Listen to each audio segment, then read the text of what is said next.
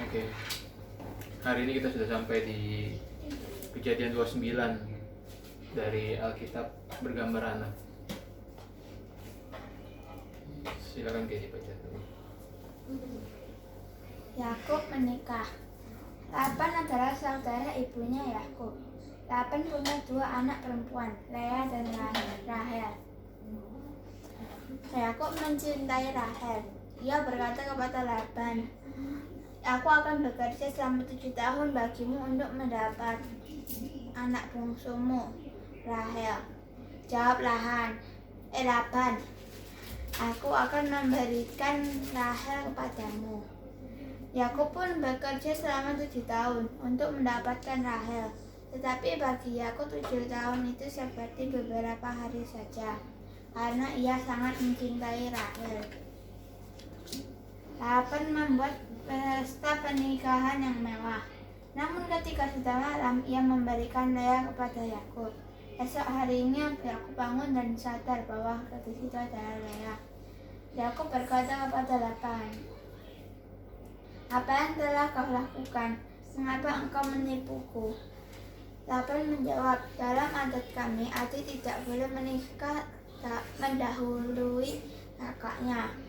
Aku akan memberikan Rahel jika engkau bekerja selama 7 tahun lagi." Maka Yakub melakukan semuanya itu. Dia lebih mencintai Rahel daripada Lea. Oke. Sekarang seperti biasa, ya, kamu sebutkan Injil adalah kabar baik. Apa kabar baiknya? Kabar baiknya adalah Allah turun ke bumi dalam rupa manusia yang bernama Yesus. Dia menjalani semua perintah Bapaknya di perjanjian lama dengan sempurna. Seharusnya kita manusia yang menaati perintah Allah.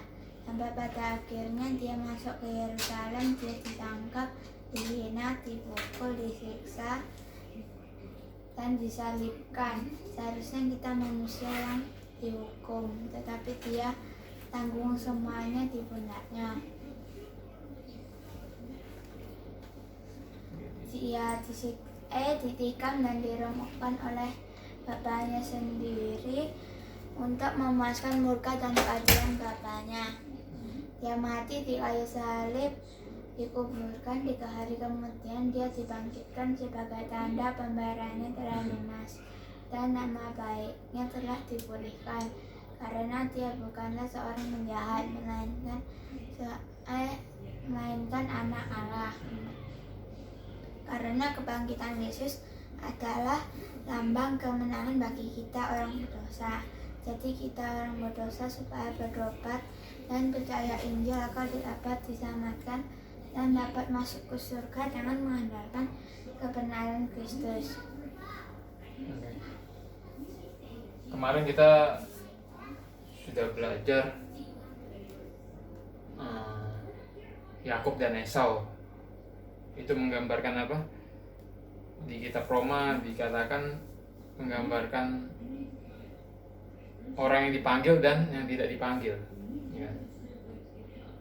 Yakub itu orang yang dipilih karena panggilan, sedangkan Esau itu bukan.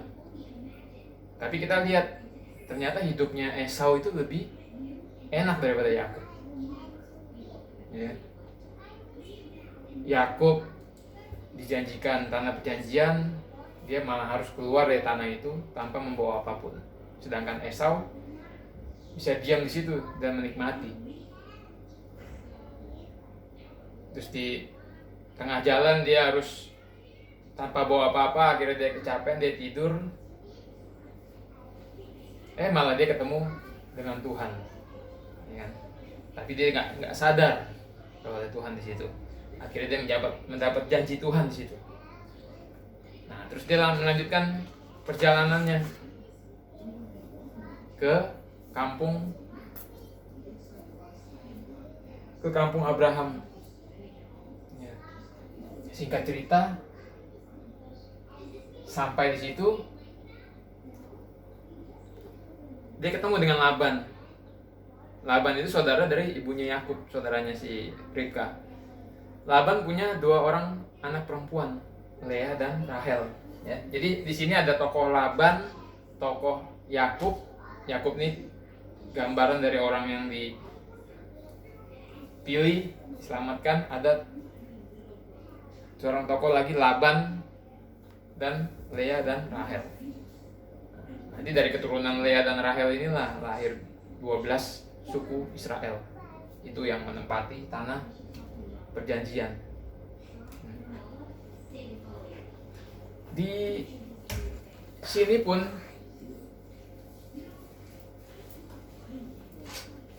ya, Yakub ketemu Laban, terus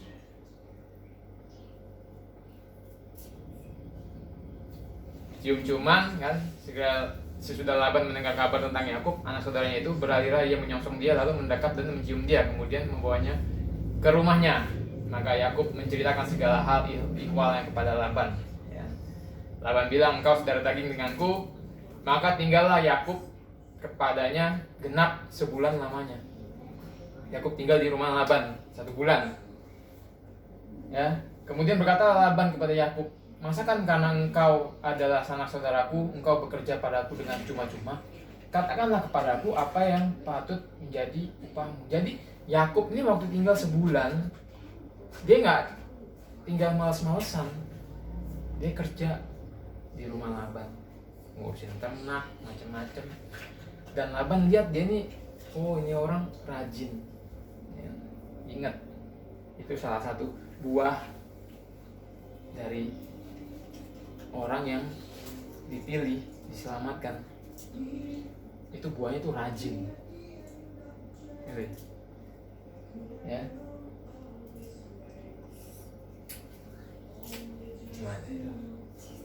Ya, katakanlah kepadaku apa yang patut menjadi upahmu.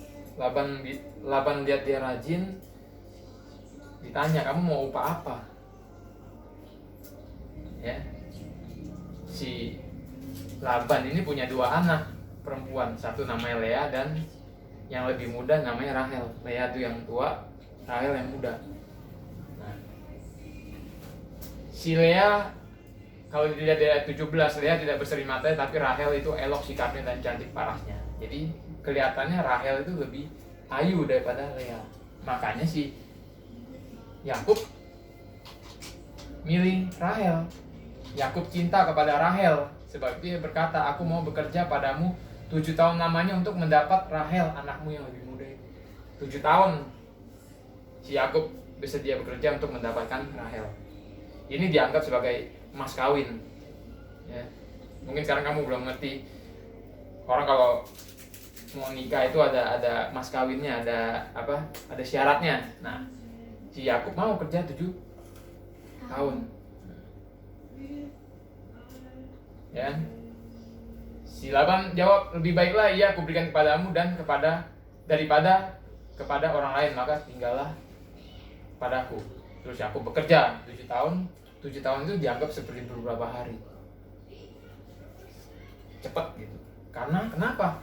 Karena cintanya kepada Rahel. Sudah itu berkata Yakub pada Laban, berikanlah bakal istriku itu, sebab jangka waktuku telah genap supaya aku kawin dengan dia. Sudah 7 tahun nih. Lalu Laban mengadakan pesta kawinan. Tapi pada waktu malam diambillah Lea anaknya lalu dibawanya kepada Yakub.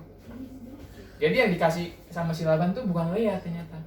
Bukan Rahel, ternyata kakaknya Lea. Jadi Laban ini menipu Yakub. Ya kan? Menipu Yakub, terus Yakub tahu. Ya, apakah yang kau berbuat terhadap aku ini? Bukankah untuk mendapat Rahel aku bekerja padamu? Mengapa engkau menipu aku? Si Yakub ngomong ke Laban, ke mertuanya, kenapa kamu menipu aku? Laban jawab, tidak biasa orang berbuat demikian di tempat kami ini, mengawinkan adiknya lebih dulu daripada kakaknya. Genapilah dahulu 7 hari perkawinanmu dengan anakku ini, kemudian anakku yang lain pun akan diberikan kepadamu sebagai upah, asal engkau bekerja pula padaku 7 tahun lagi. Terus Yakub setuju. Dia menggenapi 7 hari perkawinannya dengan Lea, kemudian Laban memberikan Rahel anaknya itu menjadi istrinya.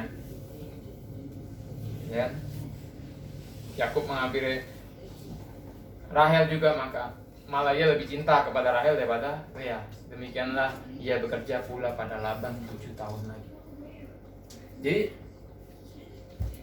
Yakub sebelumnya Yakub nipu Esau, Yakub nipu bapaknya. Kita dalam kekristenan kita nggak percaya yang namanya karma. Tapi terkadang Tuhan itu mau kita merasakan apa yang kita lakukan ke orang lain. Yakub nipu orang lain. Tuhan ngatur gimana caranya. Sekali-kali kamu harus merasakan ditipu. Akhirnya Yakub juga ditipu. Tipuannya hampir sama loh. Ya kan? Yakub nyamar dari Esau, ini dia ditipu. Lea nyamar dari jadi Rahel. Ya kan? Si Laban ini mau aja deh nyerahin anak-anaknya 7 tahun, 14 tahun kerja. Karena dia lihat si Yakub ini rajin nih. Ini orang bakal menghasilkan uang banyak. Jadi Laban ini sepertinya dia punya tipe serakah. Ngerti? Tipe serakah itu salah satu apa ya? Itu salah satu buah dari buah yang tidak baik. Betul nggak? Bisa dibilang serakah itu uang, ya kan? Cinta uang. Itu mungkin buah dari orang-orang yang bukan diselamatkan. Gitu. Ya. Si Laban ini pasti cinta uang, karena dia pikir 1 bulan aja kok kerjanya rajin gini. 7 tahun dikasih, akal bulusnya mulai main. Karena di 1 Timotius 6 ayat 10 dikatakan karena akar segala kejahatan ialah cinta uang. Jadi orang kalau cinta uang tuh pasti akan merembet. Alkitab bilang loh, bukan papa yang bilang. Akar segala kejahatan ialah cinta uang. Sebab oleh memburu uanglah beberapa orang telah menyimpang dari iman dan menyiksa dirinya dengan berbagai duka. Jadi gara-gara uang orang tuh bisa aneh-aneh gitu.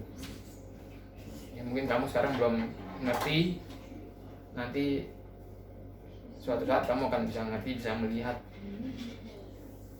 apa keajaiban dari uang yang bisa merubah orang. Uang itu bisa merubah orang dari baik jadi jahat. Dia awalnya baik si Laban ini, nampung si Yakub. Dia lihat rajin, wah ini bagus nih buat masa depanku. Dia sodorin kedua anaknya 7 tahun, 14 tahun. Memang Yakub selama 14 tahun dia kerja sangat giat. Nanti kamu akan lihat di selanjutnya bahwa di sini langsung ke Yusuf ya. Nanti kalau kamu baca selanjutnya, Laban ini sangat jadi soge, kaya memang gara-gara si Yakub kerjanya memang giat. Jadi apa pelajaran yang bisa kita ambil dari kisah ini? Orang yang dipilih untuk diselamatkan pun masih bisa jatuh dalam dosa. Ya kan, kita pernah belajar kan? Masih punya keinginan yang berdosa, karena semua manusia punya keinginan berdosa. Ya, kita mesti hati-hati, walaupun kamu ditentukan orang yang diselamatkan, tapi kamu masih bisa jatuh dalam dosa, kamu masih bisa punya keinginan berdosa, karena kita masih tinggal dalam daging. Orang yang ditentukan selamat hidupnya belum tentu enak. Yakub ini hidupnya susah, ditipu supaya dia merasakan waktu dulu dia nipu orang, sekarang dia merasakan gimana rasanya ditipu. Jadi diproses terus sama Tuhan, diproses selama pelariannya. Tapi ya Yakub ini memang ya dia buahnya memang baik, karakternya memang rajin, giat, dan ya pasti dia disertai Tuhan karena dia orang pilihannya tuh Tuhan. Nanti dari Rahel dan Lea lahirlah 12 suku Israel.